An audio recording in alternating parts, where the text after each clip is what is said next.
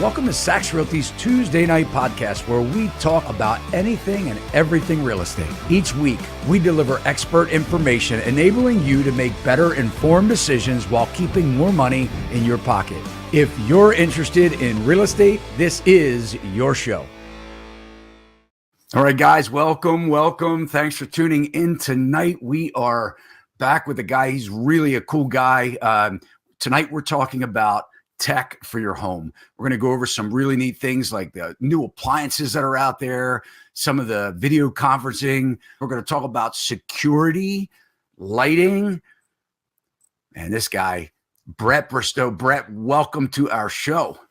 Thanks so much, Todd, for having me on. Excited to be back. It's really fun last time. We did this. So guys, you could check it out. About 7 months ago, we did something with Brett and we were going over some of the smart home technologies. And believe it or not, I mean, in 7 months, a lot changes. And but you have to check out Brett. All of his information is in the show notes. Brett has an amazing YouTube channel called Tech with Brett. And this is stuff where he kind of unpacks it in more detail. So if you want some fun things. But anyway, guys, I'm Todd Sachs. I'm your host tonight. I am a broker here in Maryland, a real estate broker. We do residential and commercial transactions. But if you're anywhere in the country and you need real estate help, you have a couple questions, reach out anytime. I have an amazing broker network all over the country, guarantee in your town too.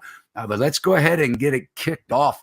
Brett, just take a couple minutes here and tell everybody who you are. So my name is Brett Bristow. I live in Utah currently. It's been pretty chilly without the snow recently, but I grew up loving technology. My dad was actually a school teacher for 35 years, and I guess it's just kind of ingrained in me that I need to have the latest and greatest technology. And so I've worked in the different fields where I covered cell phone technology.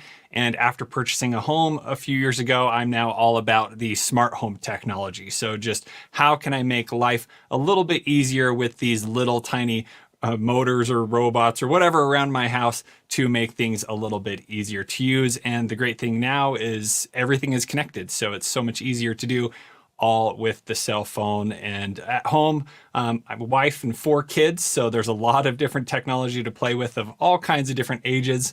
I got my daughter her first smartwatch yesterday, and she's just blown away by what it can do, and she's pretty obsessed with that. So some of that may pass down to the next generation as well. I bet. I'm sure it will. So first, before we start getting into these technologies, I guess you're operating pretty much all of them with your smartphone, right? Is that true? I mean, you say smartwatch. Are you doing it with smartwatches as well? Yeah, so there's so many different ways in which these devices can be controlled. So for the most part, the cell phone is going to be the main controller of everything because it has all the apps and everything. But then you'll have different types of devices like now there's all kinds of different smart displays you can get in your home. And so like I have one sitting on my nightstand, and so I can easily turn off the lights right from there. There's even a new one that you can put on the wall. And so when you walk into your home, you can then push the buttons there to turn on and off lights. And some of those features are controllable from a smartwatch, all depending on what kind of system you're using and what kind of voice assistant you use. But now there are many different ways to control these instead of just from your phone. It's kind of now being expanding to more devices in the home to make it a little user friendly for you to use. Because if I install something in my house, if my wife can't easily operate it without using her phone or without using some voice command, it's not going to fly in the home. So I'm always looking for how can it be controlled by anybody? How can it be controlled in a voice interaction? And then just by me through my phone or whatever integration I want. Yeah. I could see. I know. I know we had, years ago, 10 years ago, we had a bunch of AV equipment installed in our house. And as we've spoken before, I mean, it's pretty much obsolete now because, everything was done with a remote, sort of like a universal remote. And anytime you added something, you had to call the guy up and have him come out and reprogram the remote control. This guy, we can't operate anything without him.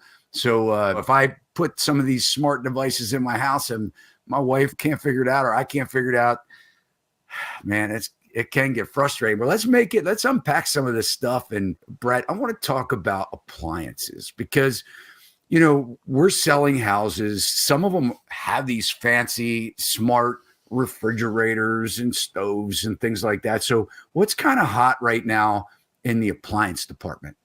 It's interesting you mentioned that. I just happened to recently add a bunch of smart appliances to my house. So I'll just talk about what I have and kind of what some of the new things are. Currently, I have a washer and dryer that are connected. And then I just recently added a kitchen range that is smart connected. And then the other item I have is a new smart fridge. So those are kind of the bigger appliances. Some other, like, I don't know, I guess you wouldn't consider it an appliance, but I have a smart faucet where we wave over the top of it and it turns on, or I can ask my voice assistant to give me 2 cups of water or set the temperature to a certain degrees. So those are some really cool products.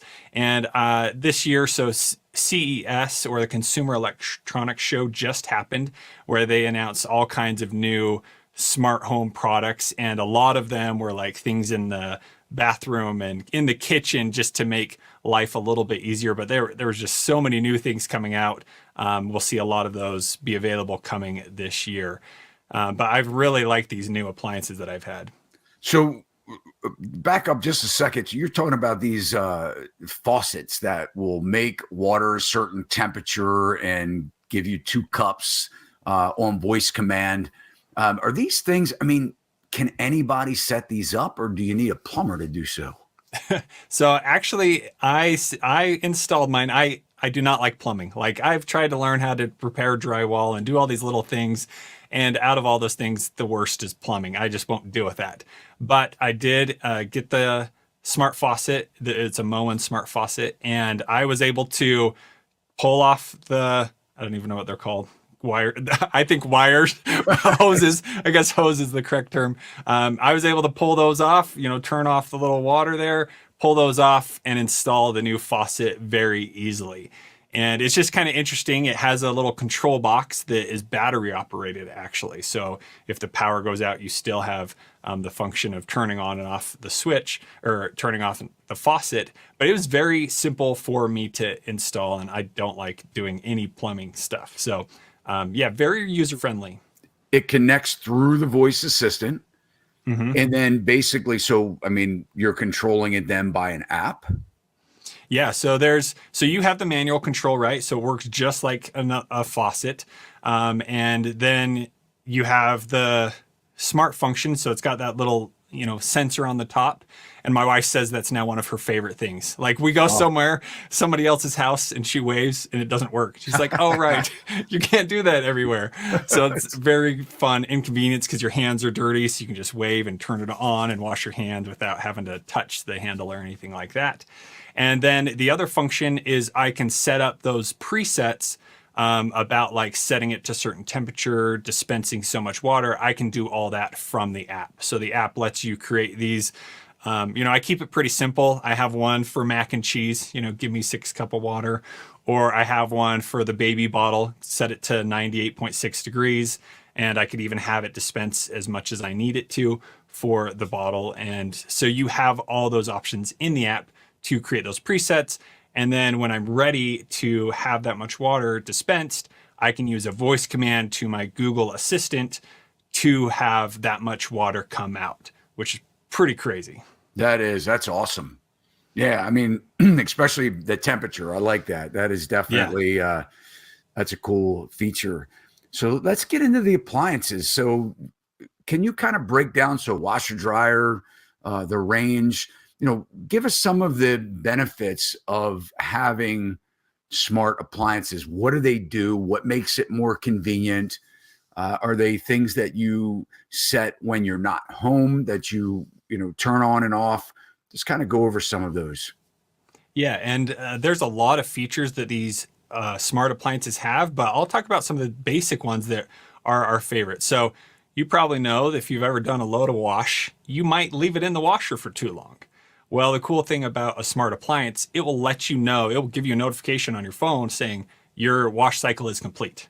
And then oh, hey, I need to go and change the laundry. And even if you get distracted, on cleaning day, you're checking your phone. Oh, right, the laundry's done. I'm going to go back and swap it. So, when you change the laundry, put it in the dryer. Then when the dryer's done, it will notify you. So you can keep your laundry going. You know, some Saturdays we have with so many loads that we're doing, being able to have those notifications of when the laundry's done just makes it a little easier to know that I need to go and swap that out and change the loads. And so we have a lot less mildewy laundry in our home since having the smart washer and dryer. Yeah, you leave So it in the washer too long, it kind of gets that funky odor and you end up washing yeah. it again. Yeah, and you can even set it so you can. There's a button you have to push on the washer where maybe you want it to start at a certain time. So you can push the button, and then when you're away, you can actually start the load from your phone so that it's ready to go as soon as you get home, instead of having it sitting there all day or for a couple days before you get back from a trip or something like that. You have that option as well, which is nice, a really nice convenience. Very nice. So how about that range? So the range, that's the newest one that we have, and they all have a little safety feature where you do have to like push a button to start it from your phone. So a few things I can do is, let's say I want to prepare dinner tonight and I need to preheat the oven. So I can go in and set what I want the oven to be at, what the temperature, and so on. And then when I go home, I just push the button and it goes to all my presets. The other option is if I have a casserole or something ready, I can put it in there and then I can turn on the remote control feature. And then when I'm away, I need it to be done in an hour. I turn on the oven right from my phone and it can then cook and be done on time. So I'm not waiting extra long for it to preheat and all that. It's already ready to go. And one other thing I like is you can just check to see if your oven is on. Maybe you left it on or something. You can see even the stovetop, it will tell me, hey, the stovetop is still on. I have the option to look at that right from my phone. So it's nice that you don't have to, you know, if maybe you happen to leave that on too often, it's nice that you can see that right from your phone. Have you seen the new, my wife was telling me something about this, and where I think it's the oven that actually it's like a refrigerator too. Have you seen that, where like if you put the turkey in there, it keeps it refrigerated and then it will come on at a certain time? I haven't. Well, that's a new one for you. I'm seeing a lot of little extra appliances you can add. You know, you can add an ice maker, and then you can add this little cooker, and this will do that. And there's just so many now that are available. Well, apparently it's a refrigerator / range that, you know, keeps it cool. And then she was kind of describing it as it's these different compartments too. And, you know, maybe you have like potatoes or vegetables and then your meat, like a turkey or something. And then it will come on and kind of cook the turkey at a certain time, cook the potatoes at a certain time, and then the vegetables. So when you come home, and you got a regular home cooked meal, you know, all perfectly timed out. So I could probably even cook dinner at that rate. So yeah, definitely. So the last appliance is the fridge. So I have a Samsung Smart Hub fridge. So it's pretty cool. It's got a giant tablet on the front of the fridge. So with that, you can set your calendar on there. You can control different smart devices, look at your Ring cameras and other things. But one of my favorite smart features, I'm going to show you what I can do on my phone here. Let's see if this works. Okay, so here I'm on my phone. Let's say I'm at the grocery store, but I forgot if we need milk or not. So I can click on my fridge right here, and then right there is a live view of my fridge. So I can see, oh, do we need more milk? Okay, we got some applesauce. We have plenty of eggs. So you can look at this from anywhere, seeing what is inside your fridge. So I no longer have to call home. That's crazy. Yeah, so that's been one of my favorite things. Just a little convenience to add to your day instead of being at the grocery store and forgetting, oh, I don't know if we need more of this. And you can quickly see through the cameras inside the fridge. Wow, that is so cool. What else can a refrigerator screen tell you? I mean, you know, we were talking about it. We were kind of like, you know, hey, we got bread on. We got to think about this refrigerator panel. Like, what? I mean, do you just watch TV on it? It tells you how cold it is. What else can it do? So a few of the unique features it has. If you have a Samsung TV, so like in the basement, we're having movie night, we're watching TV, but the kids want popcorn, but I don't want to miss the movie. So I can go upstairs and I can click a button on the Samsung fridge and it will show me what's playing on the Samsung TV. So I can keep watching the show upstairs while I'm making the popcorn and getting the snacks ready without missing a beat. So that's one really cool feature. Another option is it tells me how many times I've opened and closed the door. I don't know if you need to know how many times you've done that, but that is kind of interesting that it keeps track of all that. Well, And then I mean, that could be a big thing, right? If you're trying to cut down a couple pounds, like I was trying to do, after the holidays, it could yell at you when you're opening and yeah, closing the door. it when you leave the door open, it definitely yells at you saying, "Hey, you got to close these doors." And it will tell you on your phone. It will say, "Hey, you left the door open." So if the kids went to get a snack and they never closed it, it will notify you on the phone as well. And some of the other things is it has Alexa built in, so it's got a speaker and a microphone built in, so you can interact with your other smart devices. And I don't know if this is a really smart feature, but one of our favorite things is inside this fridge we have is a water pitcher. And whenever you put the water pitcher in, it automatically fills up and then you use it and it's already cold because it's been sitting in the fridge, put it back in and then it automatically fills up all the way again. I actually made a few TikToks about that and 6 million people liked that thought that video was pretty cool. So it is a pretty neat feature, I think. Wow. Well, a lot of people are working at home and, we hear it all the time. They're looking at homes differently now than they ever have, right? They're trying to map out their office space. A lot of our clients, they're on indefinite work from home mode, off and on, where the kids are actually schooling from home.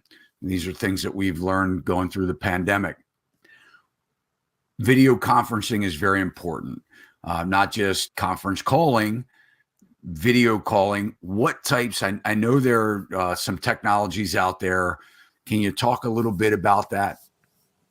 So I think some of the main things I think about with the at home, work from home conference calls, is just getting the right devices. You probably already have devices in your home, and you can add little things to them to just improve how they work a little bit better. Most of us have joined so many Zoom calls now from our phone. So having a tablet sometimes makes it a little better, or using your computer with a little bit better camera. But actually, I've recently been helping my church run the church meeting on Zoom so that other people that are sick at home can view it. And there's a lot of cool accessories you can get to plug into an iPad where it can add conference call microphone. So it has a lot higher quality than just using the iPad microphone. And so then you can get a cable and place that wherever you need to for your Zoom call or Zoom meeting to improve the overall call experience. And it's helped a lot having those little devices. You can also get little webcams for your laptop if it's not clear enough. You're probably using something like that where it just makes the experience much better. Instead of just seeing a blinding white light on the screen, you appear as a person, and it's a lot easier to interact when you have a little higher quality microphone and video on the conference call. Are you seeing where people are doing more from their televisions? I mean, are they taking these conference calls or Zoom calls from TVs? Or are you finding that most of it is through iPads, desktops, things like that? Yeah, I think the vision for a long time was, oh, let's do everything from our TV. It's big and bright. And but I think adding that accessory of the camera to the TV, a lot of people are concerned about a camera being there in your room all the time. I know there is the Facebook portal machine where you can add a little device to your TV where it then gives you the access to do Facebook Messenger conferences all the time. But I have noticed that definitely the phone or the iPad or Chromebook or something like that has been a huge use of that type of conference calls and such. So How about any experience with, and we were kind of talking about this for ourselves, even any experience with like a microphone that is, like a wireless microphone. So if you are using your TV, you may take that webcam, stick it somewhere on your TV or on your wall or on your stand. And then maybe if you're 10 or so feet away, any thoughts on a wireless mic? I mean, you know of any products out there that seem to perform better than others? Yeah, this is something that I need to look a lot more in because there's now so many products available. I actually just started reviewing a little iPad or iPhone microphone where you plug one little piece into your iPhone and then you have a little attachment, a little lav attachment, and it's completely wireless. And you can walk around the room and it's just like you're right there talking to the camera. And I've seen some other wired versions that you can just plug in, and it's kind of like a directional mic that can really help out. I was just looking on Amazon and there's so many products available. Just kind of got to look at the reviews because there's now so many. It's hard to even go and test them all. But yeah, my kids are now using the at home school. Sometimes they just had a few days where everyone came home for school instead of going there. And it was so nice to have a Chromebook with, the microphone and cameras all built in so they could do their conference calls with their school and everything.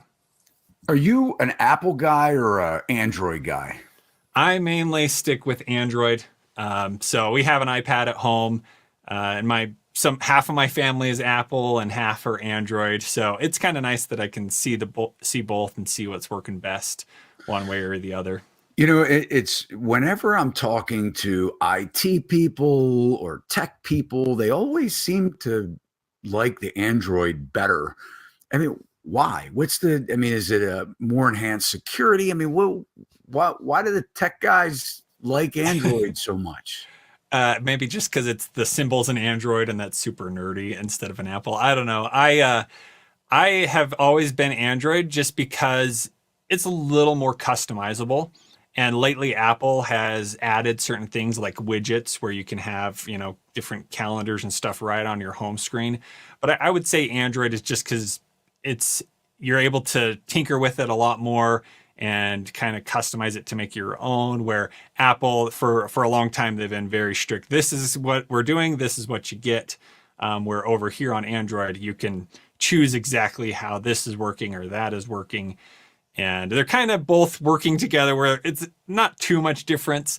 But there's still, Apple has iMessage. So it's easy to iMessage your friends with Apple. And there's plenty of other applications you can use. But Apple's done a good job of saying, hey, this is a great way to communicate with people. But overall, in your household, you can have both Android and Apple users, and they're both utilizing those smart devices, and there's no conflict with the two systems. Yeah, for the most part, every device I've used so far is compatible with using it with an iPhone. So it doesn't matter if you have an iPhone or Android. The only smart home that I haven't used is the Apple smart home speakers because you have to use an iPhone to use those things. There's no way I can even set it up with my Android device. But other than Apple specific products, you can pretty much get anything and it will be compatible with, Google and Alexa so that they'll work with your iPhone or Android device. All right, let's move on. Let's talk about security, home security systems. It's such again, at our office, I mean, we've spent so much money in wired cameras and things like that, and even at home. And, you get into now everything seems to be wireless. Ring, of course, took the world by storm. I think Amazon bought them, right? That was like a Shark Tank invention or something. And then all of a sudden, these guys hit it big by selling out to Amazon. And then you saw where Amazon was actually giving you these, or maybe pay for them or whatever, but they're, in the cities, a lot of times you just can't get drops and deliveries. So, it became a big thing that you put those electronic combo boxes, door locks on your house. And then that with your Ring, you could watch the Amazon guy go ahead and put your packages inside your door. So let's kind of talk about, it seems to be top of mind anywhere you go now. When we're showing houses, we always say, and it's actually in our contract here in Maryland, where we have to tell sellers that, hey, look, it's illegal to record in Maryland. You can't record conversations. You can video surveillance, but you can't listen in. But we know, chances are when you're in a house nowadays, they can easily listen in, whether you're using those smart devices or your security devices. There are a lot of different products out there other than Ring. What seems to be the easiest to set up, the most cost effective, and I guess along the same lines of that, the most versatile in different light situations? Okay. And I think for years and years, the security system was kind of like you have to pay for the service. You have to go to this, these certain companies are going to offer this. And then they come into your house and they totally overhaul your house with security devices. But then you're stuck on this monthly subscription fee forever, and they offer a lot of things with the subscription, the servicing and the monitoring on all that. But from then, maybe that was 10 or 15 years ago, it's kind of transitioned where you can now choose, do you want that? Do you want somebody to come in and swap all your devices and make it all work together and have it monitored? Or do you just want to monitor this part of your home? Or do you want to set up your own monitoring system? So for myself, I like the fact that I don't have to now have a full security system and pay somebody monthly to keep it up. I can go out and choose my own devices. So I have certain things like different cameras set up. I have different smart locks that I can automatically lock and unlock. So it's really nice and convenient for me that I was able to choose all of those devices. And for many people, maybe that's not what you want to do. So a few options are Ring has a great security system that you can sign up for. So you may know them just for the Ring doorbells, but they also do have a whole security system with sensors and door sensors and window sensors that you can have installed in your home. And anyone can go and purchase this and get it installed and have them monitor and certain things like that. Another option is Google has now partnered with ADT. So if you have an ADT security system, you can link it to your Google Assistant so that you can arm your home by voice.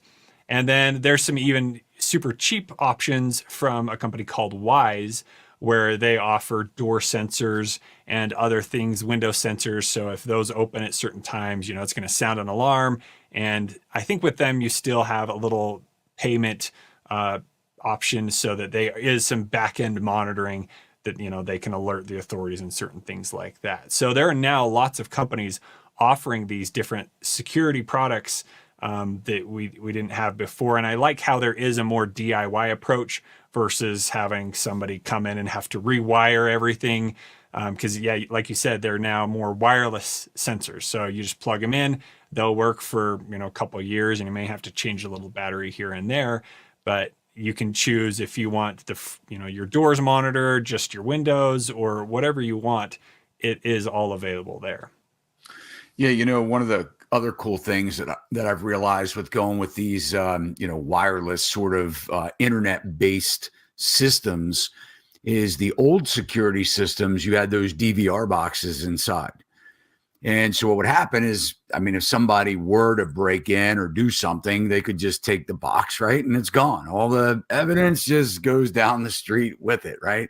But now everything seems to be broadcast to an internet-based something, right? So some kind of a cloud storage. So you can take whatever you want, but up until that point to where the camera is taken down, you're being recorded. So I do like that. That's pretty cool. And then the other thing is they're so obscure. Now, you don't even know where the cameras are. They're so tiny. Before the old days, they were these huge, cameras. And I guess that's good. You want people to know that maybe they're under surveillance. But, nowadays, you can put cameras just about anywhere. In fact, I was just talking with somebody who was kind of interesting, sort of off topic, but still in the tech space. We were talking about construction sites.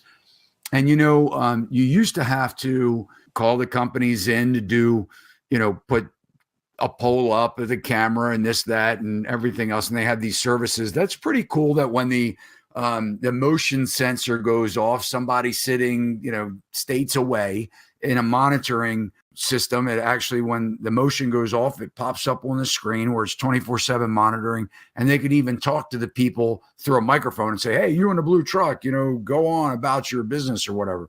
But, I even see where people are using those hunting cameras, like a battery operated. You get them at like Dick's Sporting Goods or something like that. You just attach it to a post or a tree, and you can kind of see what's going on your job sites where there's no electric and no internet service and that kind of thing. So it is pretty cool. Along the lines of the security, do any of these systems interact with each other? So do you have to know, if you're going to equip your home with an alarm system, one of these Ring style systems, is it important that you know which type you're going with, or do any of these devices talk to each other? That's a great question. And that's been one of the hardest things, I think, for people to adapt smart home, is what works with what. And I think we talked about this a little bit on the last time I was on, where, there's kind of Amazon devices, Google devices, Apple devices. So like Ring, they right now are only compatible with the Amazon devices. So if you already have Alexas in your home, Ring is a great platform that you would want to go with because it has all the integration there. If you have Google devices in your home, ADT would be a great option because they link, but that's something that you'd kind of have to research. I'm not sure if they link with Amazon. They might.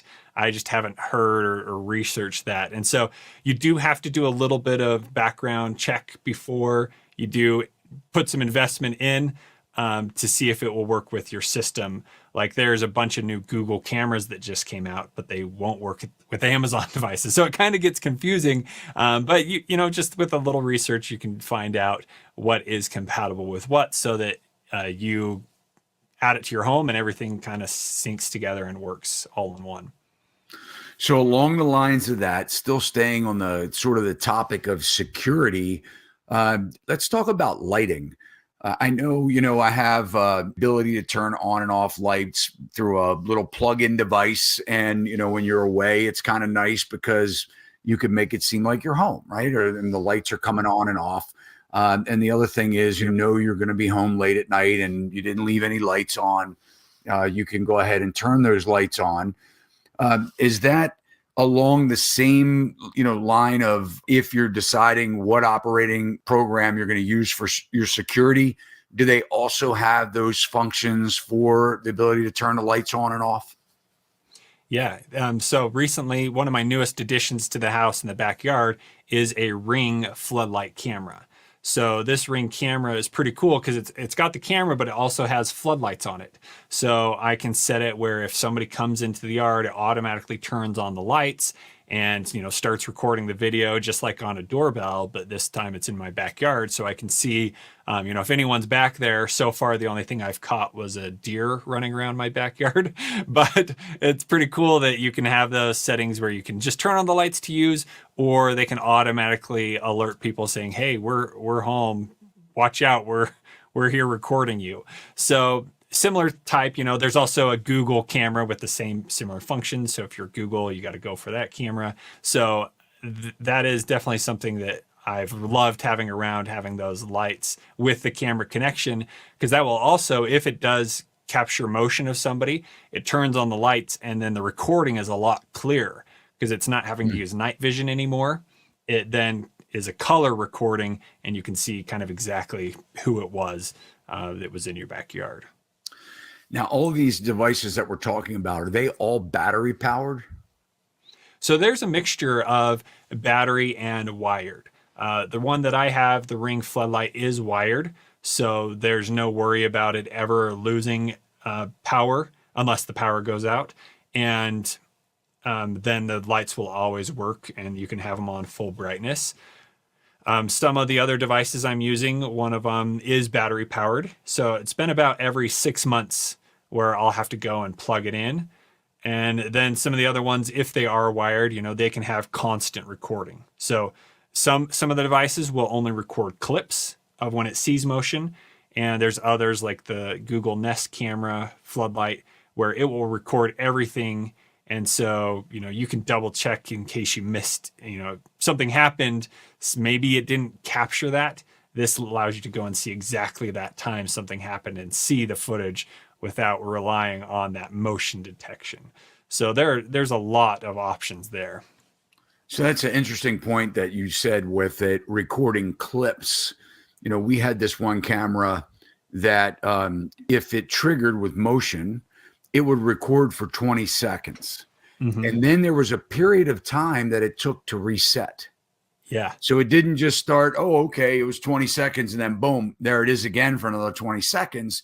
So you could actually, if somebody was coming up to the door or took their time getting up to the door, it would only record them for 20 seconds. Then it would shut off. They could be at the door. They could, whatever, start throwing your stuff outside, whatever.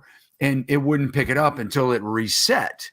Mm-hmm. So that's kind of interesting. So guys, if you're looking at that type of device, see if it's what we're referring to here, if it's only recording in clips. What about the one that you said, like that floodlight? Is this something that will sort of connect to an existing device? Like if you had a bulb, you could just kind of like unscrew the light bulb, screw it back in, and then all of a sudden, boom, now you have a device that's operating on power. Or did you have to get an electrician to come out? So the floodlights, the one that are wired directly, those do require a little bit of electric skill. There are good instructions. I'm not an electrician, but I was able to figure it out. And it's not too difficult if there is if you need to hire an electrician. The one problem you might run into is you don't have any wires where you want the camera. So definitely, finding a qualified electrician to get that in the location you want would be recommended. Luckily, the person before, they had wired where I needed the wiring. So I was able to add that into my home. But what kind of wire are you using for a camera? Is it like Cat 5 wire now, or is it what is the new wire? Great question. So there's a few different things you're going to do. So one, if you just need power, that's just going to be your typical standard light, wiring, 14-2 gauge or 12-2, whatever wiring you need for your home. If you do have an obscure location, maybe you have no electricity and you want to put a camera at the top of your home. So what you can do is you can get a device called Power over Ethernet. So all you need to do is plug this in to an outlet and you run an Ethernet cable. So a cable you would plug in your computer, you can run this cable to that camera and plug the camera in, and it gives the camera power. Instead of having to know about wiring and all that stuff, it just uses an Ethernet cable, which is pretty cool because a lot of people use this because then they may have Ethernet already over the house, so you can easily add different cameras in different locations. So that's a little easier to do than learning all about electrical and wiring and stuff. This is up to code, so anyone can do Power over Ethernet. You just need to have the proper equipment to be able to do that. Nice. Excellent. Hopefully that wasn't too complicated. No, I understood it. So, if I can understand it, I'm not a very high-tech kind of guy. So, and we'll put some links down below, guys. Check it out. We'll have some links to these products that we're talking about. Let's talk about home theaters because, you think about home theaters, you think about all this complex wiring and, the old days, right, where you're putting speakers in the ceiling and tons of speaker wires and coax and all this kind of stuff. You can almost have a theater now in any room. Use like sound bars, things like that. Can you just tell us what's some of the new tech stuff with home theaters? Yeah, I've always wanted to have that awesome home theater. And I spent hours and hours running wires and connecting devices and getting this to work. And it's too complicated. The new way to do it is you buy a sound bar and It comes with a wireless subwoofer and then 2 speakers. So in the back. So all you need to do is have power to those locations. You plug them in, they sync wirelessly, and then you plug it into your TV, and then you have a full sound system. That's what I've been using in my home. It's a Samsung soundbar kit, and it sounds amazing. And my wife is so happy there's not wires dangling everywhere and going this way or that. And it was super simple to set up. So there's a lot of companies doing that now where you can buy their soundbar, and then they might have other speakers you can buy that are wireless. And so it just depends on how much sound you want. You could just get a soundbar and a subwoofer. That's pretty good sound. But if you like the full surround sound system, you can look for a 5.1 system where it has a bunch of speakers in the soundbar and then 2 speakers behind you and that subwoofer. So, Brett, do these hook up to the actual TV, the audio output? Is that what, right? Yeah. So your TV will have, a few different functions. There's 2 ways to do it. One is you have your optical audio cable. You'll see something called optical. And so that's kind of a light signal that sends from your TV to the soundbar. The other option in some newer TVs is you'll see what's called ARC. So ARC, I don't know all the technicalities behind it, but it's an HDMI cable. So it just uses the HDMI port for sound transfer because they can do really fast and really high data over that ARC cable. And that is how they can do sound now as well. So, they've kind of upgraded from the 3.5 millimeter. So you might still try and do that, but now you're either going to use the optical port or HDMI. So you just got to make sure you're plugged in the right port, and then it should sound great. Now, is there a certain year of television that will connect to these sound bars? I mean, do you have to have a smart TV? For the most part, every TV I've seen in the last, 5 years has everything that you need.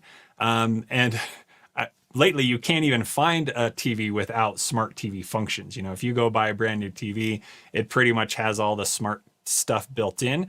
And some of the benefits of that, if you do have a smart TV, is they'll all automatically work together. So for years, we've always had like 5 remotes. My wife's like, which one of these remotes do I use? So with the new TVs, when you plug the soundbar into your TV, you'll automatically be able to use one controller with the TV to control the sound and everything. There's less and less you're going to need to have multiple remotes in your home to control everything.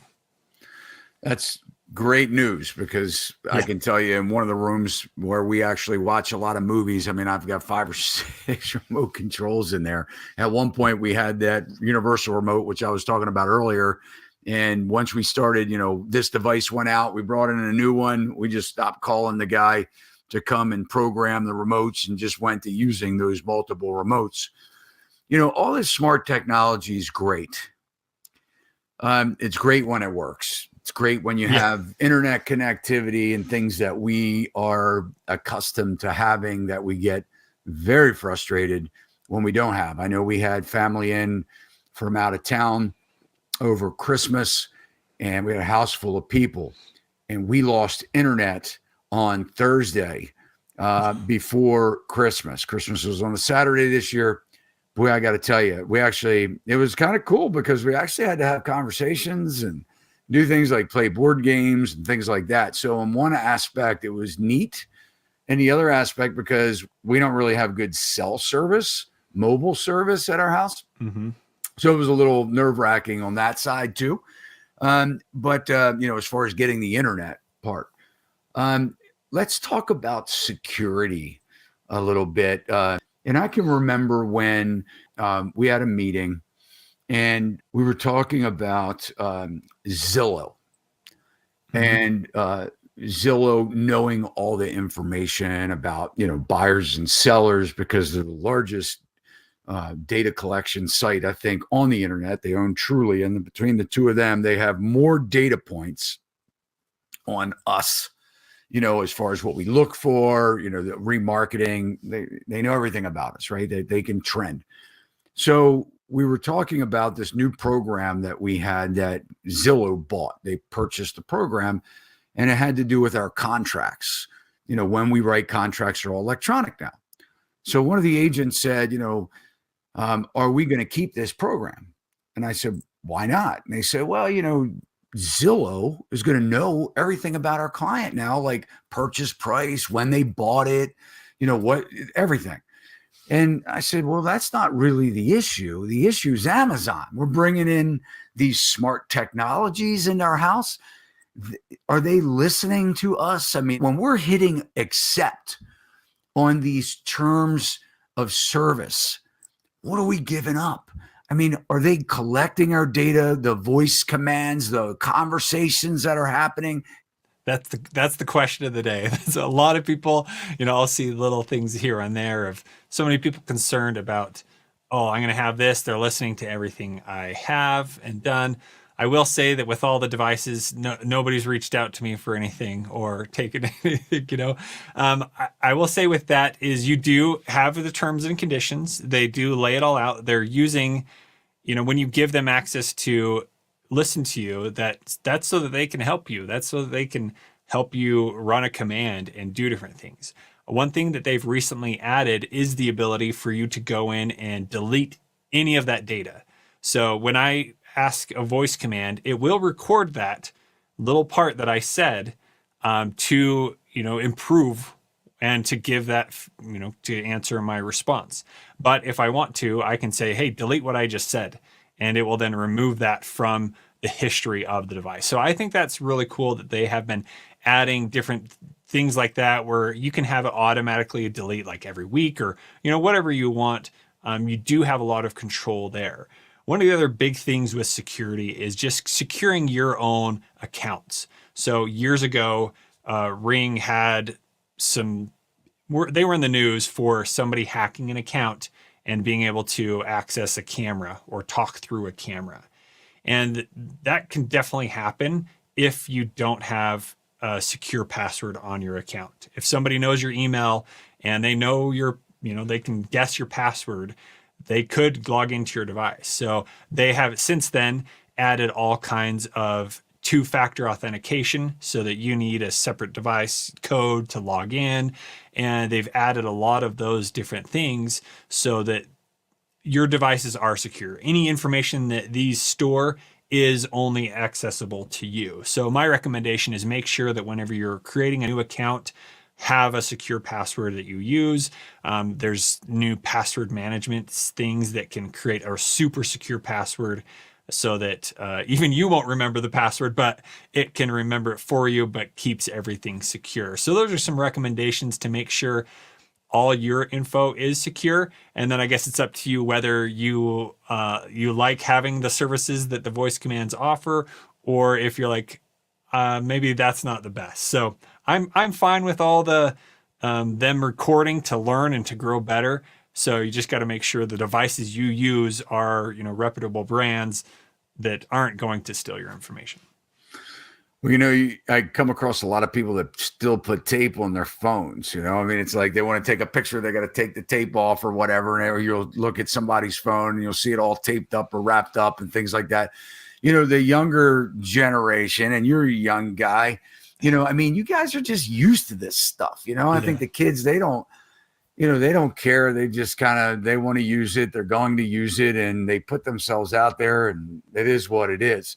But it definitely is it's a transition. It's a different time, man. It definitely is. I like the convenience of it all. So I'm all for it. So far, nothing terrible has happened. Nobody's stolen any information.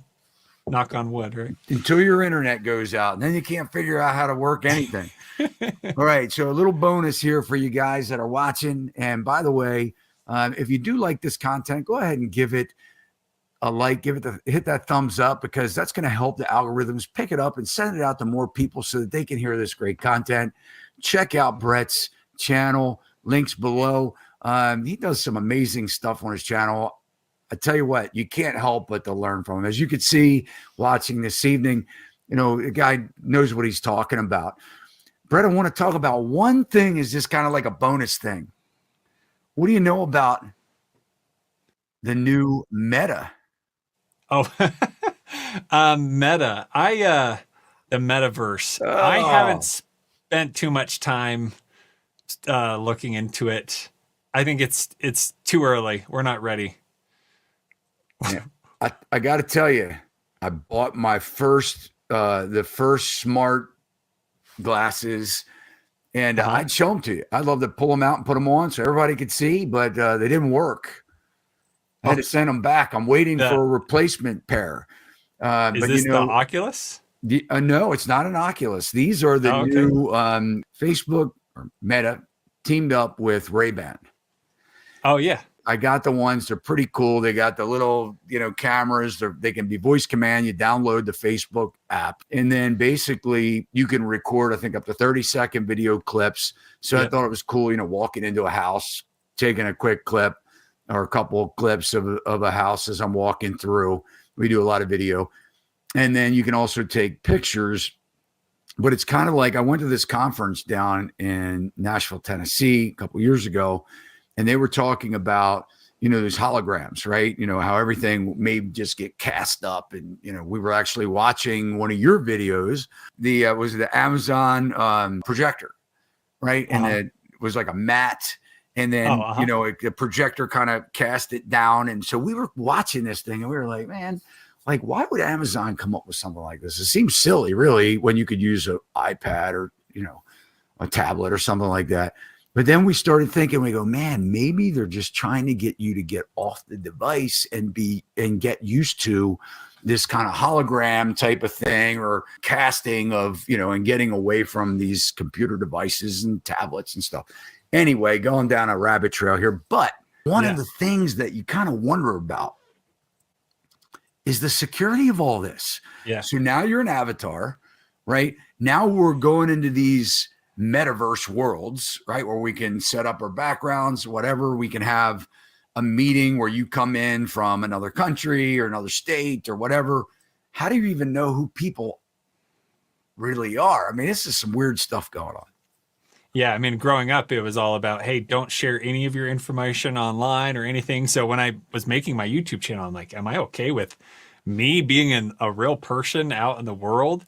And, I like being a real person. If you do hide who you are, I'm not going to trust you as much. So it'll be interesting to see where all of that goes over the next few years. Yeah. Hey, man, that's for another show, Yeah, right? definitely. So we'll wrap up, We'll man. we'll put on our VR glasses Yeah, and and we'll have it right, and we'll be digitally. in the same room together, right? We'll be able to Yeah. look at each other differently, maybe even shake hands, fist bump, whatever. Yeah. Well, cool, man. Thanks so much. Yeah, you're welcome. Thanks for having me on, Todd. All right, well, we'll do it again, guys. Thanks for watching, and until next week, see you soon.